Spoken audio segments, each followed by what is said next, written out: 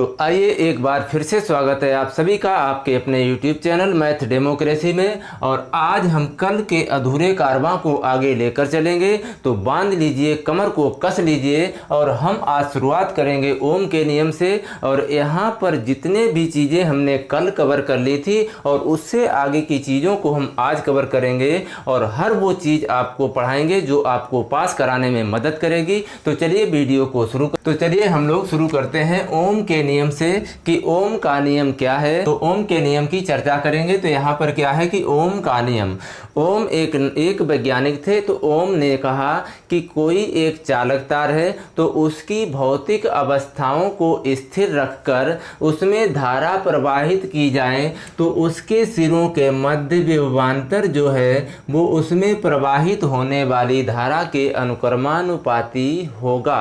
क्या? बहने वाली धारा के अनुक्रमानुपाती क्या होगा? विभव। विभव का मतलब है कि दोनों सिरों के मध्य विभवांतर, दोनों सिरों के मध्य विभवांतर का मतलब होता है कि दोनों सिरों के मध्य विभव का अंतर विभवांतर कहलाता है। तो यहाँ से हम ये बात समझ में आई कि किसी भी चालक तार की भौतिक अवस्था, जैसे उसकी प्रकृति, जैसे उसका पदार्थ, जैसे कि मान लिया तापमान, ये तीनों चीज़ें अपरिवर्तित रखी जाए, मतलब स्थिर रखा जाए, तब उसमें धारा प्रवाहित करने पर उसके सिरों के मध्य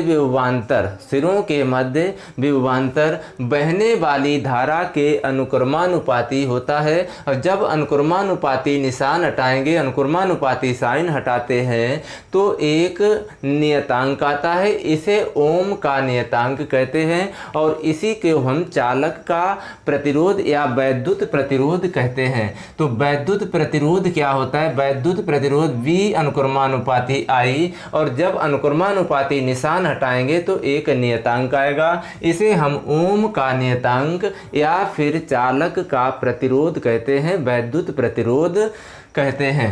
जहाँ पर V जो है दोनों सिरों के मध्य विभव, I जो है प्रवाहित होने वाली धारा, और तार जो है वो है तार का प्रतिरोध। अब वो विभव का जो मात्रक होता है वो वोल्ट होता है। यहाँ से जो मात्रक है वो भी पूछा जाता है। तो विभव जो होता है वो इसका मात्रक वोल्ट होता है, धारा का मात्रक एम्पियर होता है, तार जो है इसका तार का जो प्रतिरोध होता है उसे R से रिप्रेजेंट करते हैं, इसका मात्रक ओम होता है। ओम का साइन जो दिख रहा है ये उल्टा U के तरह हम लोग बनाते हैं, U के तरह नहीं, मतलब एक थोड़ा सा इसको ये तिरछा कर देते हैं, ऐसे इसको हम ओम बोलते हैं। तो आई होप आपने सभी ने पढ़ा होगा, लेकिन हमारा जो समझाने का दायित्व है, हमारा समझाने का फ़र्ज है, मैं आपको हर वो एक एक चीज़ पढ़ाऊंगा, एक एक चीज़ समझाऊंगा कम समय में। आपको कम समय में ज़्यादा नंबर लाने के लिए जो भी हमसे संभव हो सकेगा मैं करने की कोशिश करूँगा। तो अब हम बात कर लेते हैं वैद्युत प्रतिरोध। देखिए परिभाषा, मात्रक और उनके सूत्र सारे मैं यहाँ पर लेकर चल रहा हूँ। अब हम बात करते हैं क्या है वैद्युत प्रतिरोध। प्रतिरोध का मतलब है कि बाधा उत्पन्न करना। प्रतिरोध का मतलब क्या है? बाधा उत्पन्न करना। तो आपके रास्ते में जो बाधा उत्पन्न करता है वो आपके लिए प्रतिरोध कहलाता है। ये अवरोध यहाँ पर किसके मार्ग में पैदा करेगा? कि आवेश के मार्ग में या आवेश के प्रवाहित होने में जो प्रतिरोध या अवरोध पैदा करने वाला कारक क्या कहलाता है? प्रतिरोध कहलाता है। जैसे मान लिया कि एक खोखला पाइप है और उसके अंदर आप कोई कपड़ा या उसके अंदर कोई पदार्थ भर दें और उसमें फिर पानी को बहाएं, पानी को प्रवाहित करें, तो उस पानी को रोकने के लिए जो अंदर भरा हुआ पदार्थ है वो उस पानी को रोकने के लिए कोशिश करेगा। तो रोकने की जब कोशिश करेगा तो वही उसका अवरोध कहलाता है। तो इसकी जो परिभाषा होगी किसी चालक तार में धारा के मार्ग में अवरोध पैदा करने वाला कारक प्रतिरोध कहलाता है। और ये प्रतिरोध R बराबर V/I के बराबर होता है, जो कि यहाँ से प्रतिरोध निकलता है। प्रतिरोध कहाँ से निकलेगा? अगर I देखिए दूसरी तरफ लाएंगे तो V/I, R बराबर V/I, और इसका जो मात्रक होता है वो ओम होता है। आई होप आपको बेहतर तरीके से समझ में आया होगा। तो अब हम बात कर लेते हैं क्या वैद्युत चालकता। वैद्युत चालकता क्या होती है? वैद्युत चालकता, अगर आपको प्रतिरोध समझ में आ गया है तो प्रतिरोध का व्युत्क्रम, प्रतिरोध का उल्टा कहलाता है वैद्युत चालकता। वैद्युत चालकता, और वैद्युत चालकता का जो विमीय सूत्र होता है तो m की पावर -1, l की पावर -2, t की पावर 3, a की पावर 2। तो ये आपको याद कर लेना है। ये आपसे विमीय सूत्र 1 नंबर में पूछा जाता है। m-1 t l-2 t3 और a की पावर 2। तो इस तरह से आपको याद कर लेना है। और वैद्युत चालकता जो होती है, प्रतिरोध का, वैद्युत प्रतिरोध का व्युत्क्रम जो होता है उल्टा कहलाता है वैद्युत चालकता। अवरोध का मतलब है कि रोकना, और चालकता का मतलब है कि प्रवाहित होने में मदद करना। तो प्रवाहित करने में मदद करना तो वो कहलाती है चालकता, जो कि प्रतिरोध का उल्टा होता है। और अगर प्रतिरोध का मात्रक ओम होता है तो वैद्युत चालकता का मात्रक मोह या फिर ओम इनवर्स, तो आपको ये लिखा मिल जाए मोह या फिर आपको लिखा मिल जाए ओम इनवर्स, तो वही वैद्युत चालकता का मात्रक कहलाएगा। तो चलिए अब हम बात करते हैं विशिष्ट प्रतिरोध या प्रतिरोधकता।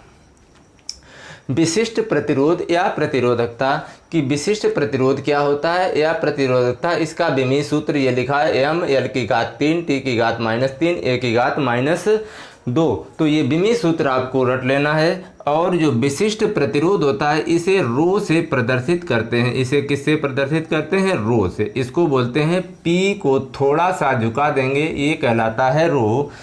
ये क्या कहलाता है? रो। तो रो बराबर E/J। तो E क्या है? वैद्युत क्षेत्र की तीव्रता, और J क्या है? धारा घनत्व। अब E और J के बारे में आपको पता है। E है वैद्युत क्षेत्र की तीव्रता और J है धारा घनत्व। मतलब है कि किसी चालक के अंदर किसी बिंदु पर वैद्युत क्षेत्र की तीव्रता तथा धारा घनत्व के अनुपात को विशिष्ट प्रतिरोधकता या विशिष्ट प्रतिरोध या प्रतिरोधकता कहते हैं। तो आई होप आपको परिभाषा थोड़ी समझ में आई होगी। एक बार फिर समझिए कि जो विशिष्ट प्रतिरोध या प्रतिरोधकता, इसे हम रो से प्रदर्शित करते हैं, और रो बराबर होता है E/J। E होता है वैद्युत क्षेत्र की तीव्रता और J होता है धारा घनत्व। अब इसको परिभाषा में कैसे लिखेंगे कि किसी चालक तार में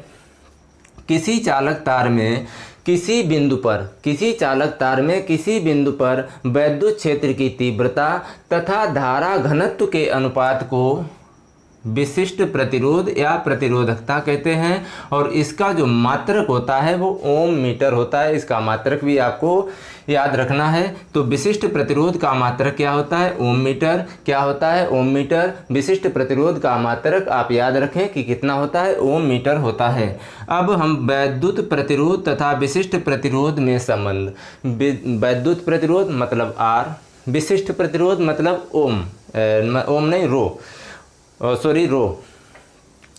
तो जो वैद्युत प्रतिरोध तथा विशिष्ट प्रतिरोध में हम बताएंगे अब संबंध क्या होता है। विशिष्ट प्रतिरोध का मतलब है रो, और साधारण प्रतिरोध का मतलब होता है R। मतलब R तथा रो में संबंध क्या होता है? तो R बराबर है रो इंटू L/A। तो इसके जो नाम है, L क्या है? तार की लंबाई है, R जो है वो तार का प्रतिरोध यानी कि चालक का प्रतिरोध है, और रो जो है वो विशिष्ट प्रतिरोध या प्रतिरोधकता कहलाती है। रो को हम किससे रिप्रेजेंट करते हैं? विशिष्ट प्रतिरोध। तो R बराबर रो इंटू L/A। L जो है वो तार की लंबाई है, और A जो है वो अनुप्रस्थ काट का क्षेत्रफल। मतलब जब आप इसको सामने से देखेंगे ना, तो ये वृत्ताकार जो भाग दिख रहा है ये कहलाता है अनुप्रस्थ काट का क्षेत्रफल। अगर इसको इस तरफ से देखेंगे तो ये सामने वृत्ताकार जो भाग दिख रहा है ये भी है अनुप्रस्थ काट का क्षेत्रफल। तो एक ही जगह पर आप अगर तार वृत्ताकार है तो इसको हम πr² भी लिख सकते हैं, क्योंकि वृत्त का जो क्षेत्रफल होता है πr²। अब हम बात करते हैं अगले पॉइंट की तरफ, विशिष्ट चालकता। विशिष्ट चालकता क्या होती है? तो विशिष्ट चालकता के बारे में अगर बात करें तो विमीय सूत्र थोड़े बड़े होते हैं, इनको थोड़ा आपको बार बार पढ़ना पड़ेगा। m की घात -1, l की घात -3, t की घात 3 और a की घात 2, ये होता है विशिष्ट चालकता का विमीय सूत्र। और विशिष्ट चालकता को सिग्मा से प्रदर्शित करते हैं। शायद आपको नाम अगर याद ना रहे तो हम इसको लिख दे रहे हैं, ये कहलाता है सिग्मा। ये क्या कहलाता है? सिग्मा 1/रो। 1/रो, रो क्या है? देखिए यहाँ पर विशिष्ट प्रतिरोध। तो विशिष्ट प्रतिरोध का जो व्युत्क्रम होता है वो विशिष्ट चालकता कहलाती है। विशिष्ट प्रतिरोध का व्युत्क्रम, विशिष्ट प्रतिरोध मतलब रो, इसका व्युत्क्रम जो कहलाता है वो विशिष्ट चालकता कहलाती है। और विशिष्ट चालकता को हम सिग्मा से प्रदर्शित करते हैं। और इसका जो मात्रक होगा ओम इनवर्स और मीटर इनवर्स। क्यों? क्योंकि रो का जो होता है, रो मतलब होता है ओम मीटर, रो का मात्रक ओम मीटर, तो इसका उल्टा मात्रक क्या हो जाएगा? ओम इनवर्स और मीटर इनवर्स। तो ऐसे करके आप इसको याद रखेंगे। तो ओम मीटर को ओम इनवर्स और मीटर इनवर्स बना देंगे, क्योंकि जो विशिष्ट चालकता जो होती है वो विशिष्ट प्रतिरोध के व्युत्क्रम के बराबर होती है। व्युत्क्रम का मतलब है विशिष्ट प्रतिरोध का उल्टा। विशिष्ट प्रतिरोध कितना है? रो। अब हम इसी को अगर ऐसे लिखेंगे सिग्मा बराबर रो का मान रखेंगे तो J/E हो जाएगा, J/E हो जाएगा। तो इसका जो मात्रक हो जाएगा वो ओम इनवर्स और मीटर इनवर्स हो जाएगा। आई होप आपको समझ में आया होगा। तो अब हम बात करते हैं कि किसी चालक तार पर का ताप बढ़ाने पर प्रतिरोध के मान में परिवर्तन का व्यंजकीय डायरेक्टली आपसे पूछा जाता है। ये आपसे डायरेक्टली पूछा जाता है कि इसके प्रतिरोध में क्या परिवर्तन आता है। जैसे मान लिया कि अभी आप जिस समय खड़े हैं तो वहाँ पर 0 टेम्परेचर है, मतलब 0 डिग्री सेल्सियस तापमान है। और अगर आपको T डिग्री सेल्सियस तापमान बढ़ा दिया जाए, 10 डिग्री बढ़ा दिया जाए, 5 डिग्री बढ़ा दिया जाए या 15-20 डिग्री कुछ भी बढ़ाया जा सकता है, तब तार के प्रतिरोध में जो तार में जो प्रतिरोध है वो बढ़ेगा कि घटेगा? तो ताप बढ़ाने पर प्रतिरोध घटता है और ताप बढ़ाने पर प्रतिरोध घटता है और ताप घटाने पर प्रतिरोध बढ़ता है। ये सारी चीज़ें भी और याद रखना कि ताप अगर बढ़ा दिया जाए, ताप को बढ़ाया जाए तो प्रतिरोध घटेगा, और अगर ताप को घटा दिया जाए तो प्रतिरोध बढ़ेगा। तो ये दोनों चीज़ें आप याद रखेंगे कि ताप बढ़ाने पर प्रतिरोध का मान घटेगा और ताप घटाने पर प्रतिरोध का मान बढ़ेगा। तो ये जो RT है, RT क्या है? T डिग्री सेल्सियस पर RT बराबर R0 1 plus alpha T। RT बराबर क्या है formula? R0 1 plus alpha T। तो R0 जो है जो डिग्री से 0 डिग्री सेल्सियस पर प्रतिरोध है, RT जो है T डिग्री सेल्सियस पर प्रतिरोध, और अल्फ़ा जो है प्रतिरोध का तापीय गुणांक। एक तापीय गुणांक मतलब नियतांक होता है, वो नियतांक यहाँ पर नहीं पूछा जाता है। तो आप यहाँ पर ये याद रखें कि ये वाला फार्मूला कि ताप बढ़ाने पर तार के प्रतिरोध में कितना परिवर्तन आएगा, तो RT बराबर R0 1 प्लस अल्फ़ा T। अब हम बात करते हैं वैद्युत ऊर्जा की कि आखिरकार वैद्युत ऊर्जा क्या होती है। देखिए वैद्युत ऊर्जा बराबर, वैद्युत ऊर्जा जो होती है उसे W से लिखा जाता है और इसका मात्रक जूल होता है। इसका मात्रक कितना होता है? जूल। और जो वैद्युत ऊर्जा होती है वो किसी तार में उत्पन्न विभव तथा उसके आवेश के गुणनफल के बराबर होती है। तो ये आप परिभाषा लिखेंगे वैद्युत ऊर्जा की कि किसी चालक तार की वैद्युत ऊर्जा उसमें प्रवाहित आवेश तथा तार के सिरों पर उत्पन्न विभव के गुणनफल के बराबर होती है। तो इस तरह से I बराबर Q/T, और Q/T क्या होता है कि आवेश के प्रवाहित होने की दर। अगर हम I का मान, अगर यहाँ से हम Q का मान निकालें तो कितना हो जाएगा? I/T, और I/T जब यहाँ पर रख दोगे VIT हो जाएगा, क्योंकि Q की जगह पर अगर IT रखोगे तो V/I/T हो जाएगा। और V बराबर I फिर रख देंगे तो W बराबर I स्क्वायर RT और इसका जो मात्रक होता है वो जूल होता है। तो किसी चालक की जो विद्युत ऊर्जा होती है वो किसके बराबर होगी? चालक तार में प्रवाहित आवेश तथा उसके सिरों के मध्य उत्पन्न विभव के गुणनफल के बराबर होती है। जैसे कि V जो है विभव है और Q आवेश है, तो दोनों का जब गुणनफल जो कर दिया जाता है वो विद्युत ऊर्जा के बराबर होता है। तो अब हम बात करते हैं क्या? विद्युत ऊष्मा। वैद्युत ऊष्मा क्या होती है? वैद्युत ऊष्मा जो होती है कि W/4.2 फार्मूला लिखा है W/4.2 और W बराबर क्या है? I square RT। I square RT जब रख देंगे तो 4.2। अब 4.2 आप समझोगे कहाँ से आया कि 1 कैलोरी ऊष्मा जो होती है 4.2 जूल के बराबर होती है। ये पॉइंट आपको ज़रूर याद रखना है कि 1 कैलोरी ऊर्जा जो है वो 4.2 जूल के बराबर होती है।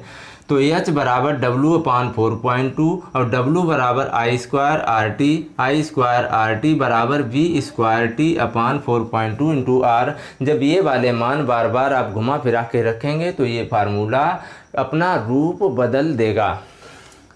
तो 1 कैलोरी बराबर क्या हो गया? 4.2 जूल। 1 कैलोरी ऊर्जा आपसे पूछेगा कितने जूल के बराबर होती है, तो आपको बताना है 4.2 जूल के बराबर होती है। अब हम बात करते हैं वैद्युत शक्ति।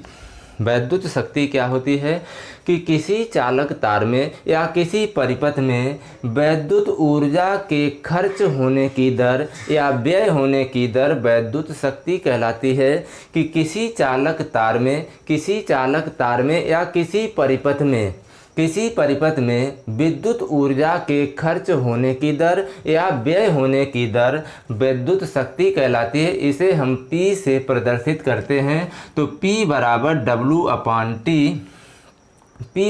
W/T जूल प्रति सेकंड। तो ये जो W है, W का मात्रक जूल होता है, T का मात्रक सेकंड होता है। तो जूल प्रति सेकंड, और इसको हम वाट भी कहते हैं। इसको हम क्या बोलते हैं? वाट कहते हैं। तो P बराबर VI या फिर V स्क्वायर अपान R भी इसको लिखा जा सकता है कि वैद्युत शक्ति का एक फार्मूला VI भी होता है, वैद्युत शक्ति का एक formula V square upon R हो सकता है। तो P बराबर W/T। और सिंपल परिभाषा आपको याद रखनी है कि किसी चालक तार में या किसी विद्युत परिपथ में विद्युत ऊर्जा के खर्च होने की दर वैद्युत शक्ति कहलाती है। इसे P से प्रदर्शित किया जाता है और इसका मात्रक जूल प्रति सेकंड या फिर वाट होता है। ये चीज़ें आपको याद रखनी है। 1 किलोवाट घंटा, ये महत्वपूर्ण पॉइंट है कि 1 किलोवाट घंटा कितने जूल के बराबर होता है। तो 1 किलोवाट घंटा 3.6 × 10⁶ जूल के बराबर होता है। ये सारी चीज़ें आपको महत्वपूर्ण तरीके से अगर आपको अच्छे नंबर लाने हैं तो ये एक एक पॉइंट आपके लिए एक एक नंबर का काम करेगा। तो 1 किलोवाट घंटा बराबर 3.6 × 10⁶ जूल के बराबर होता है। तो चलिए देखते हैं कि आपेक्षिक विद्युतशीलता क्या होती है। आपेक्षिक विद्युतशीलता को एप्सिलॉन R से लिखते हैं और ये कहलाती है माध्यम की विद्युतशीलता, ये कहलाती है निर्वात की विद्युतशीलता। निर्वात की विद्युतशीलता और माध्यम की विद्युतशीलता, दो विद्युतशीलताओं का अनुपात आपेक्षिक विद्युतशीलता कहलाती है। और आपेक्षिक विद्युतशीलता को हम एप्सिलॉन R से लिखते हैं। जैसे निर्वात की विद्युतशीलता कितनी होती है? निर्वात की विद्युतशीलता होती है एप्सिलॉन0। तो इसी तरह से माध्यम की विद्युतशीलता जो है वो हम मान लेते हैं एप्सिलॉन m।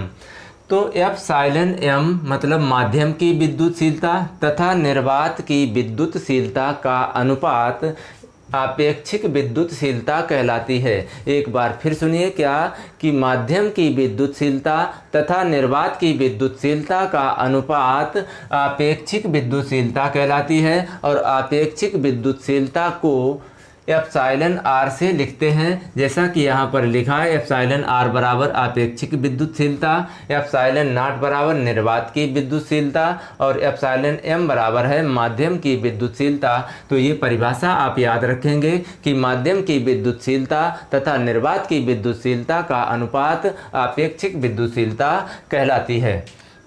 हम बात कर लेते हैं विशिष्ट चालकता। विशिष्ट चालकता क्या होती है? विशिष्ट चालकता के बारे में बात करेंगे। विशिष्ट चालकता तथा गतिशीलता में संबंध। विशिष्ट चालकता मतलब है सिग्मा। विशिष्ट चालकता मतलब क्या होता है? सिग्मा। और गतिशीलता क्या होती है? गतिशीलता होती है म्यू। गतिशीलता को हम म्यू से लिखते हैं, जैसे कि यहाँ पर एप्सिलॉन लिखा। विद्युतशीलता को एप्सिलॉन से लिखा जाता है, उसी तरह से गतिशीलता को हम म्यू से लिखते हैं और विशिष्ट चालकता को हम सिग्मा से लिखते हैं। तो इनके बीच जो संबंध होगा म्यू बराबर सिग्मा अपान एन ई। अगर आपसे परिभाषा पूछे, परिभाषा तो खैर अलग अलग होगी, विशिष्ट चालकता और गतिशीलता। गतिशीलता की परिभाषा हम आपको बता चुके हैं, विशिष्ट चालकता की परिभाषा हम बता चुके हैं। विशिष्ट चालकता क्या होगी? सिग्मा बराबर 1 अपान रो। तो 1 अपान रो किसे कहा जाता है वो आप पीछे वीडियो में देखें। तो यहाँ पर गतिशीलता म्यू बराबर सिग्मा अपान एन ई। यहाँ पर म्यू क्या है? गतिशीलता है। सिग्मा क्या है? विशिष्ट चालकता जिसे कहा जाता है। विशिष्ट चालकता बराबर 1 अपान रो, यानी कि सिग्मा बराबर 1 अपान रो। एन जो है किसी चालक तार में कुल कितने इलेक्ट्रॉन हैं, तो इलेक्ट्रॉनों की संख्या होगी। ई जो है वो इलेक्ट्रॉन, एक इलेक्ट्रॉन पर आवेश होता है और एक इलेक्ट्रॉन पर आवेश 1.6 × 10⁻19 कूलम के बराबर होता है। अब हम बात कर लेते हैं किरचॉफ का संधि नियम या फिर धारा नियम। ये नियम बहुत इंपॉर्टेंट है, इसको आप थोड़ा केयरफुली समझें कि ये किरचॉफ का जो नियम है, किरचॉफ के 2 नियम हैं, एक है धारा का नियम और एक है लूप नियम। तो धारा का नियम है ये जो संधि नियम भी कहा जाता है, इसे क्या बोला जाता है? संधि नियम भी बोला जाता है। तो संधि नियम का मतलब है कि एक ऐसा बिंदु जहां पर सभी धाराएं, कई धाराएं, 2 या 2 से अधिक धाराएं आती हैं और जाती भी हैं, कोई एक ऐसा बिंदु होगा जिसको हम जंक्शन या संधि कहते हैं। किसी बिंदु पर आने वाली धाराएं तथा जाने वाली धाराओं का बीजगणितीय योग 0 हो जाता है, उसी को हम किरचॉफ का संधि नियम या फिर धारा का नियम कहते हैं। तो ये देखिए, ये बिंदु है, बिंदु पर I1 आ रहा है, I2 आ रहा है और I3 जा रहा है, I4 आ रहा है और उसके बाद ये आ रहा है I5 जा रहा है। तो आने वाली धाराओं को धनात्मक और जाने वाली धाराओं को हम ऋणात्मक काउंट करेंगे। तो इनका बीजगणितीय योग, अगर आप आने वाली धाराओं को धनात्मक ले रहे हैं, मतलब प्लस की ले रहे हैं, तो जाने वाली धाराओं को आपको ऋणात्मक लेना पड़ेगा और सबको चिन्ह के साथ जोड़ना ही बीजगणितीय योग कहलाता है। तो इनका बीजगणितीय योग 0 होता है, ये कहलाता है इसका किरचॉफ का पहला नियम, संधि नियम या धारा का नियम। तो I1 + I2 - I3 + I4 - I5 बराबर 0। यहाँ पर देखिए I1 आ रही है तो प्लस का लिया, I2 आ रही है तो प्लस का लिया, I3 जा रही है तो माइनस लिया, I4 आ रही है तो प्लस का I4 लिया और I5 जा रही है तो I5 माइनस का लिया, बराबर कर दिया 0। ये कहलाता है किरचॉफ का संधि नियम या पहला नियम। अब हम बात कर लेते हैं किरचॉफ के वोल्टता का नियम या फिर इसको हम लूप नियम भी कहते हैं। तो चित्र आपके सामने बना है, एक ऊपर लूप दिख रहा है ACDBA, दूसरा लूप है ABEFA। इसमें एक बैटरी लगी है V1 और बीच वाले ये तार है, इसमें भी लगी है एक बैटरी V2। अब इन तीनों का प्रतिरोध अलग है, इसका प्रतिरोध R1 है, इसका प्रतिरोध R2 है और इसका प्रतिरोध R3 है। तो इसको हल करने के लिए इसका भी बीजगणितीय योग 0 ही होगा। मतलब एक लूप में आने वाली और जाने वाली धाराओं का बीजगणितीय योग होगा, इसी तरह से दूसरे लूप में भी आने वाली धाराओं तथा जाने वाली धाराओं का बीजगणितीय योग 0 होगा। जिस तरह से एक बिंदु पर आने वाली धाराएं तथा जाने वाली धाराओं का बीजगणितीय योग 0 होता है। तो अब हम आपको पहले ये छोटे छोटे 4 बिंदु हैं जिनको आपको याद रखना है, अपने दिमाग में छाप लेना है कि अगर हम इसको किरचॉफ के वोल्टता के नियम को अगर हम पढ़ेंगे, समझेंगे, तो ये चीज़ें आपको, ये 4 चीज़ें हमने लिखी हैं, इनको आपको छोटी छोटी चीज़ें हैं, बहुत माइनर सी। हमने यहाँ पर बनाया है एक बैटरी, ये भी एक बैटरी है और ये जो लूप है ये हमारा क्लॉकवाइज घूम रहा है। लूप क्या कर रहा है, क्लॉकवाइज घूम रहा है। तो बैटरी के धन सिरे को, ये बैटरी का धन सिरा है और ये बैटरी का ऋण सिरा, यहाँ पर ये ऋण सिरा है और ये धन सिरा, और ये धारा इधर जा रही है और ये वाली भी धारा इधर जा रही है, लेकिन लूप विपरीत घूम रहा है। यहाँ यही चीज़ें आपको समझनी है। तो यहाँ पर देखिए लूप हमारा जो क्लॉकवाइज घूम रहा है इस तरह से, ऐसे आके फिर इस तरह से जा रहा है। तो लूप घूम रहा है, पहले धन सिरे को ले रहा है तो बैटरी को हम प्लस लेंगे। इसी तरह से यहाँ पर बैटरी के लूप हमारा वैसे ही घूम रहा है, भी ऐसे आ रहा है फिर घूम के ऐसे जा रहा है। तो पहले किसको छू रहा है, बैटरी के ऋण सिरे को, तो बैटरी को V को हम माइनस लेंगे। इसी तरह से धारा की दिशा और लूप की दिशा, धारा की दिशा और लूप की दिशा जब सेम हो तो IR प्लस का लेंगे, मतलब धारा तथा प्रतिरोध का गुणनफल विभव के बराबर होता है। धारा तथा प्रतिरोध का गुणनफल विभव के बराबर होता है। यहाँ पर देखिए धारा इधर जा रही है और लूप हमारा उल्टा घूम रहा है। धारा इधर जा रही है और लूप हमारा उल्टा घूम रहा है। तो धारा की दिशा और लूप की दिशा जब विपरीत होगी तब हम लेंगे -IR। वैसे अलग अलग अपना कोई अपने कैसे मानता है, इसको भी माइनस लेता है, इसको प्लस लेता है, इसको प्लस माइनस लेता है, इसको प्लस लेता है। अपना अपना समझने का नज़रिया, अपना अपना पढ़ाने का तरीका अलग है। अब हम लूप की बात करते हैं। लूप नंबर है पहला ACDBA, ACDBA पूरा लूप हमने बना लिया। चलिए हम चलते हैं A से C तक, कुछ नहीं है, कोई प्रतिरोध कोई बैटरी नहीं है। अब हम C से D तक चलेंगे। तो जो हमारा लूप है ये ऐसे घूम रहा है, ऐसे घूम के पहले किसको छू गया, बैटरी के धन सिरे को। बैटरी के जब धन सिरे को छुएगा तो हम क्या लेंगे, V1 प्लस का लेंगे, V1 प्लस का। अब देखिए एक चीज़ और बता दें कि धारा हमेशा बैटरी के धन सिरे से चलती है। तो यहाँ पर जो धारा की दिशा होगी वो इधर होगी। देखिए बैटरी का ये धन सिरा है तो जो धारा होगी वो हमेशा बैटरी के प्लस से माइनस की ओर जाएगी। ये प्लस है तो ये धारा की जो दिशा होगी वो इस तरफ होगी। तो यहाँ पर V1 प्लस का लिया जाएगा और I1 और R1, इसमें धारा कितनी है I1 और प्रतिरोध कितना है R1, तो I1 और R1 माइनस का लेंगे। क्यों, क्योंकि लूप क्लॉकवाइज घूम रहा है, धारा की दिशा उल्टी तरफ है। आगे जाएंगे -I1 R1 हो गया। उसके बाद D से B पर आएंगे, कोई प्रतिरोध कोई बैटरी नहीं है। अब B से A पर आएंगे, B से A पर आएंगे। देखिए धारा की दिशा इधर है, धारा की दिशा इधर है और जो पहला लूप है वो भी ऐसे ही आ रहा है। लूप देखिए क्लॉकवाइज है तो धारा की दिशा और लूप की दिशा सेम दिख रही है। तो क्या हो जाएगा I2 और R2, प्रतिरोध कितना है R2 और धारा कितनी है I2, तो I2 R2 प्लस का लेंगे। और उसके बाद जो लूप आएगा वो माइनस का पहले लेंगे। माइनस क्यों, क्योंकि हमारा जो लूप है पहले माइनस को छू रहा है, तो ये क्या लेंगे माइनस का V2 बराबर 0। तो पहले लूप का जो बीजगणितीय योग है वो कितना हो गया, 0 के बराबर होता है। अब हम बात करेंगे दूसरे लूप की। दूसरा लूप क्या है, ABEFA, ABEFA। पहले हम क्या से चलेंगे, A से B की तरफ, A से चलना प्रारंभ करेंगे।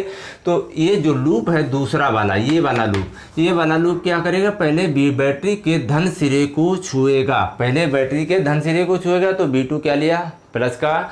आगे जाएंगे ये I2 R2 का गुणा होगा और धारा की दिशा हमारी तरफ है और जो लूप की दिशा घूम के जाएगा तो दूसरी तरफ है, तो माइनस हो जाएगा I2 R2।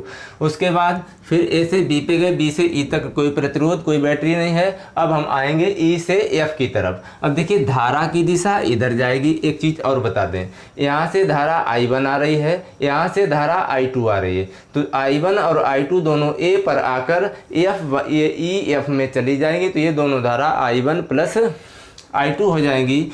तो V2 माइनस I2 R2। और जो धारा है ये इधर जा रही है, लूप घूम के इधर आ रहा है, तो माइनस R3। प्रतिरोध कितना है R3, इसमें धारा कितनी है I1 प्लस I2 बराबर 0।